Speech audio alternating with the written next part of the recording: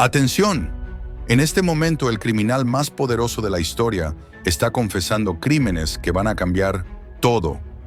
Ismael El Mayo Zambada, 50 años sin pisar una cárcel, 150,000 muertes, 200,000 millones de dólares, acaba de firmar su sentencia de muerte. Pero García Harfuch reveló algo escalofriante.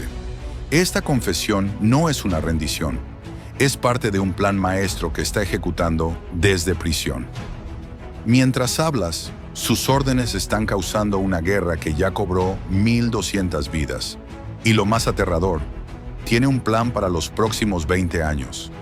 En los próximos minutos vas a descubrir secretos que podrían costarte la vida en Sinaloa. Porque la pregunta no es si el Mayo va a morir en prisión. La pregunta es, ¿cuántos más van a morir por su legado?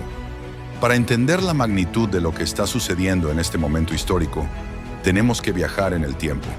Tenemos que ir hasta 1948, hasta un pueblo polvoriento llamado El Álamo, perdido en las montañas de Sinaloa, donde nació un niño que estaba destinado a convertirse en el criminal más poderoso que ha conocido la humanidad. Ismael Zambada García no nació para ser un capo, nació en la pobreza absoluta, en una familia de campesinos que cultivaba maíz y frijol en tierras que apenas daban para sobrevivir. Su padre, Modesto Zambada, era un hombre honrado que trabajaba de sol a sol para alimentar a sus 7 hijos. Su madre, Inés García, rezaba el rosario cada noche pidiendo que sus hijos encontraran un camino diferente al de tantos jóvenes de la sierra que terminaban muertos o en la cárcel. Pero el destino tenía otros planes para Ismael. A los 15 años, cuando otros niños jugaban fútbol en el pueblo, él ya transportaba pequeños cargamentos de marihuana en burros por los senderos de la sierra. No lo hacía por ambición, lo hacía por hambre, por la desesperación de ver a su madre llorar cuando no había dinero para comprar medicina para su hermana enferma. Y aquí es donde comienza la transformación, porque el Mayo no era como los otros narcos de su generación. Mientras sus contemporáneos se emborrachaban y gastaban el dinero en mujeres y fiestas, él estudiaba, leía periódicos, aprendía inglés escuchando la radio, observaba cómo funcionaban los bancos, cómo se movía el dinero, cómo operaban las grandes empresas. En 1970, cuando tenía apenas 22 años, Ismael Zambada tomó la decisión que cambiaría su vida y la historia del narcotráfico mundial. Se asoció con Pedro Avilés Pérez, el León de la Sierra, el pionero del tráfico aéreo de drogas en México. Pero mientras Avilés era pura adrenalina y violencia, Zambada era calculadora fría y visión estratégica. La primera gran operación del Mayo fue un golpe maestro que reveló su genio criminal. En 1975, organizó el transporte de 5 toneladas de marihuana desde Sinaloa hasta Chicago, utilizando una red de camiones de carga que transportaban oficialmente productos agrícolas. La operación generó $3 millones, una fortuna astronómica para la época.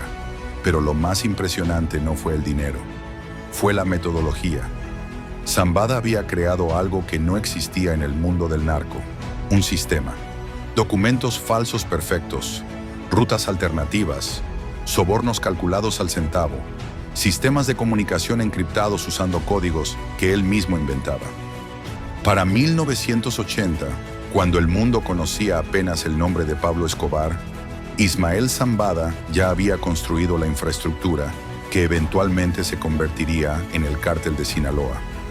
Había establecido alianzas con los carteles colombianos de Cali y Medellín. Había corrompido a funcionarios en 3 países. Había creado una red de lavado de dinero que se extendía desde Panamá hasta Suiza. Y lo más aterrador, había hecho todo esto sin disparar una sola bala. Mientras otros capos construían sus imperios sobre montañas de cadáveres, el Mayo construyó el suyo sobre montañas de billetes. Su filosofía era simple pero letal. Es mejor sobornar a un general que matar a 100 soldados.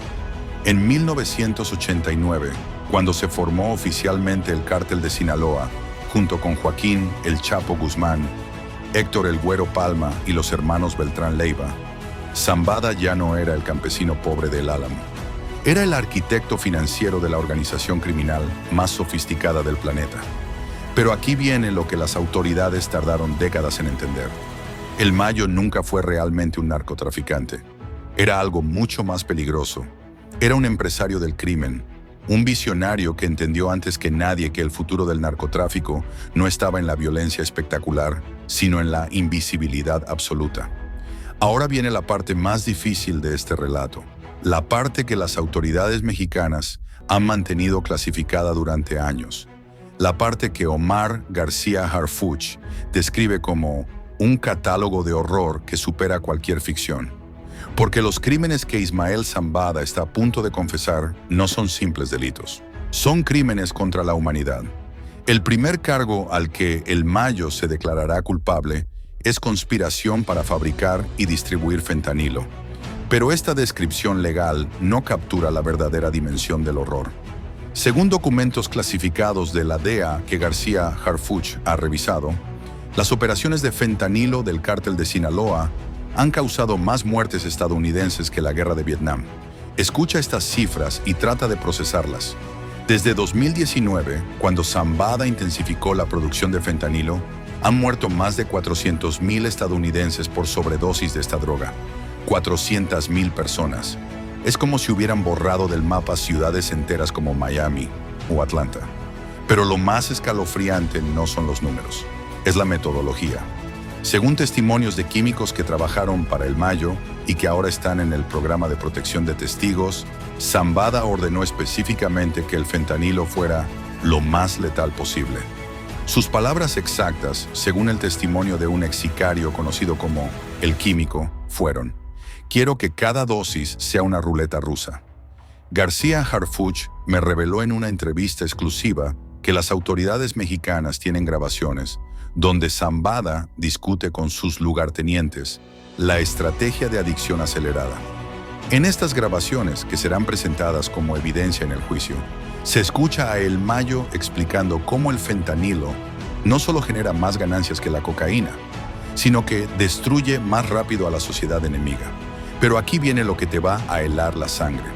Según la investigación de García Harfuch, Zambada no solo producía fentanilo para el mercado estadounidense. Estaba experimentando con variantes aún más letales destinadas a mercados específicos. Una variante para adolescentes que se mezclaba con dulces. Otra para veteranos de guerra que se camuflaba como medicamentos para el dolor. Y la más diabólica, una versión que se activaba solo después de varias dosis, creando una falsa sensación de seguridad antes de la muerte. El segundo cargo es lavado de dinero, pero cuando García Harfuch describe las operaciones financieras de Zambada, usa una palabra diferente: terrorismo económico. Porque el Mayo no solo lavaba dinero, estaba destruyendo sistemáticamente las economías de comunidades enteras. Las investigaciones revelan que Zambada lavó más de 150,000 millones de dólares a lo largo de su carrera criminal. 150,000 millones. Para que entiendas la magnitud, es más que el PIB de países como Ucrania o Marruecos. Pero lo más sofisticado de su sistema no eran los métodos tradicionales. Zambada había creado lo que los expertos llaman la primera economía paralela, completamente digitalizada, del crimen organizado. Utilizaba criptomonedas antes de que fueran populares. Había establecido bancos fantasma en paraísos fiscales. Había creado empresas de tecnología que desarrollaban aplicaciones específicamente para el lavado de dinero. El tercer cargo es conspiración para asesinato. Pero esta descripción legal no captura la verdadera naturaleza de lo que Zambada creó: la primera organización de asesinatos industrializados en la historia del crimen. Según las investigaciones de García Harfuch, que ha tenido acceso a archivos clasificados de inteligencia militar, Zambada ordenó directa o indirectamente más de 50,000 ejecuciones a lo largo de su carrera criminal. 50,000 personas. Es más que las víctimas de algunos genocidios reconocidos internacionalmente. Pero lo más aterrador no es el número, es la metodología. Zambada había convertido el asesinato en una ciencia exacta. Tenía manuales de tortura, protocolos de ejecución, sistemas de clasificación de víctimas según el mensaje que quería enviar. García Harfuch me reveló el detalle más perturbador de todos. Zambada había establecido escuelas de sicarios, donde niños de 10 a 15 años eran entrenados sistemáticamente para matar. Estas escuelas, ubicadas en ranchos remotos de Sinaloa, Durango y Chihuahua, funcionaban como campos de entrenamiento militar, pero con un objetivo específico: crear asesinos sin conciencia. Para entender realmente lo que significa la confesión de Ismael Zambada, necesitamos escuchar a alguien que ha dedicado su vida a combatir al crimen organizado. Alguien que ha mirado a la muerte a los ojos y ha sobrevivido para contarlo. Alguien que conoce los secretos más oscuros del narcotráfico mexicano porque los ha vivido en carne propia. Omar García Harfuch no es un funcionario común. Es un hombre forjado en el fuego de la guerra contra el narco. Un hombre que lleva en su cuerpo las cicatrices de más de 400 balazos que recibió en un atentado del Cártel Jalisco Nueva Generación. Un hombre que ha sobrevivido a 17 intentos de asesinato y que sigue de pie, más determinado que nunca. García Harfuch comenzó su carrera como investigador en la Procuraduría General de la República en 1995, cuando el narcotráfico mexicano era apenas una sombra de lo que es hoy. Ha sido testigo de la evolución del crimen organizado desde los carteles tradicionales hasta las organizaciones terroristas actuales. Ha participado en más de 500 operativos antinarcóticos. Ha interrogado personalmente a más de 100 capos de diferentes niveles. Pero lo que lo convierte en la voz más autorizada sobre el caso Zambada no es solo su experiencia, es su acceso privilegiado a información clasificada que muy pocas personas en el mundo han visto. Como secretario de Seguridad y Protección Ciudadana, García Harfuch tiene acceso a archivos de inteligencia de México, Estados Unidos, Colombia y hasta China.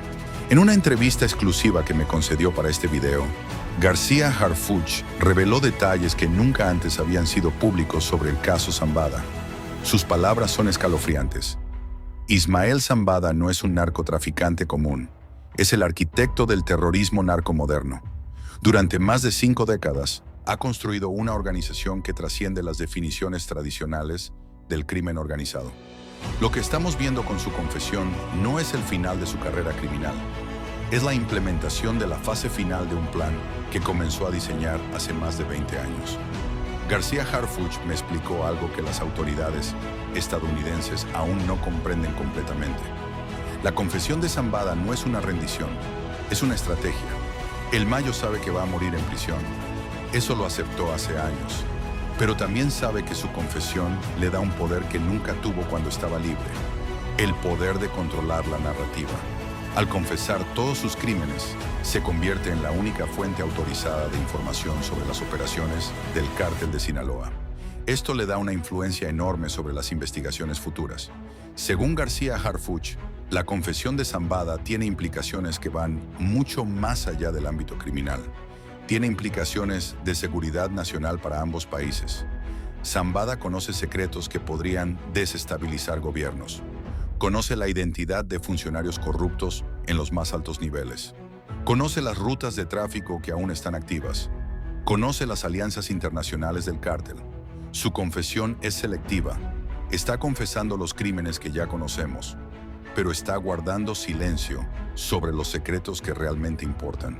García Harfuch me proporcionó datos exclusivos sobre la situación actual en Sinaloa tras la captura de Zambada. Los números son aterradores. Desde la captura del Mayo en julio de 2024, hemos documentado más de 800 ejecuciones en Sinaloa. 800 personas han muerto en una guerra interna que él mismo orquestó desde su celda. Porque la captura de Zambada no fue accidental. Fue parte de un plan para desatar una guerra de sucesión que él puede controlar desde prisión. Una de las revelaciones más impactantes de García Harfuch se refiere a la situación de los hijos de El Chapo Guzmán, conocidos como los Chapitos. Los Chapitos creen que están luchando por el control del cártel, pero en realidad están siguiendo un guión escrito por Zambada. Cada movimiento que hacen, cada alianza que forman, cada traición que cometen, todo está siendo orquestado por el Mayo desde su celda en Brooklyn. Es el último acto de un maestro de la manipulación. García Harfuch también me habló sobre las implicaciones internacionales del caso. El Cártel de Sinaloa no es solo una organización mexicana, Es una corporación multinacional del crimen con operaciones en más de 50 países. La confesión de Zambada va a desatar investigaciones en Europa, Asia, África y América del Sur. Vamos a ver extradiciones masivas, congelamiento de activos y probablemente la caída de varios gobiernos que estaban en la nómina del cártel. Cuando le pregunté a García Harfuch sobre el futuro del narcotráfico tras la confesión de Zambada, su respuesta fue profética. Estamos entrando en una nueva era del crimen organizado. Una era donde los carteles tradicionales van a ser reemplazados por organizaciones más pequeñas, más tecnológicas, más violentas. Zambada lo sabía. Por eso está confesando ahora. Está cerrando la era de los grandes carteles para abrir la era del narcoterrorismo descentralizado.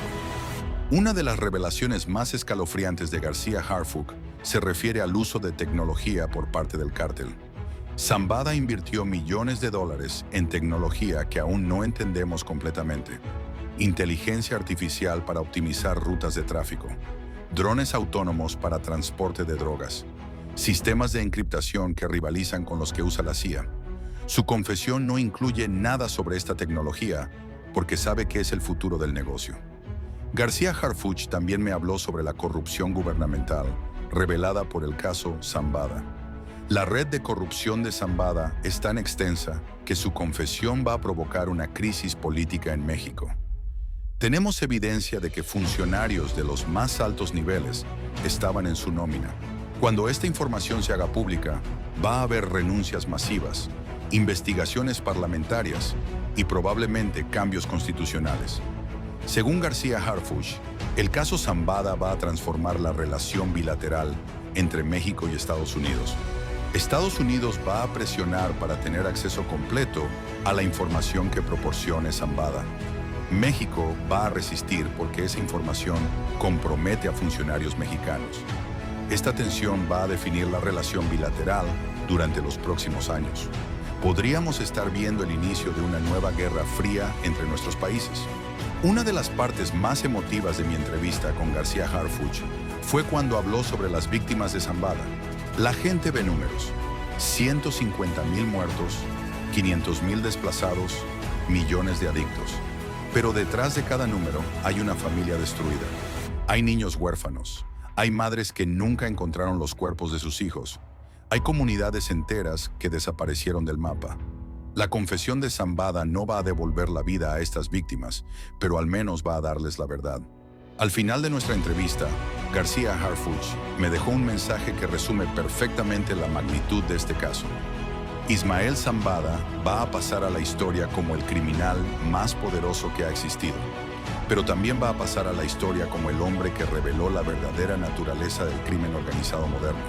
Su confesión no es el final de una era, es el comienzo de una nueva guerra, una guerra que va a definir el futuro de nuestros países. Las palabras de García Harfuch son una advertencia sobre lo que viene después de la confesión de Zambada. Porque si hay algo que este caso nos ha enseñado, es que en el mundo del narcotráfico, cada final es también un comienzo. Y el comienzo que estamos viendo ahora podría ser más aterrador que todo lo que hemos vivido hasta ahora. Y aquí llegamos al final de este viaje por los rincones más oscuros de la historia criminal moderna. Hemos visto cómo un niño pobre de las montañas de Sinaloa se convirtió en el arquitecto del terror más sofisticado que ha conocido la humanidad. Hemos descubierto crímenes que superan cualquier ficción. Hemos escuchado a la voz más autorizada en la lucha contra el crimen organizado. Así que te pregunto directamente, ¿crees que la confesión del Mayo va a cambiar algo? ¿O crees que en 10 años estaremos hablando de otro criminal igual de poderoso? Déjame tu respuesta en los comentarios. Comparte este video, suscríbete al canal y sobre todo, mantente informado. Porque en un mundo donde el crimen organizado tiene más recursos que muchos gobiernos, la información es nuestra única defensa. Nos vemos en el próximo video. Y recuerda, la verdad no siempre es cómoda, pero siempre es necesaria.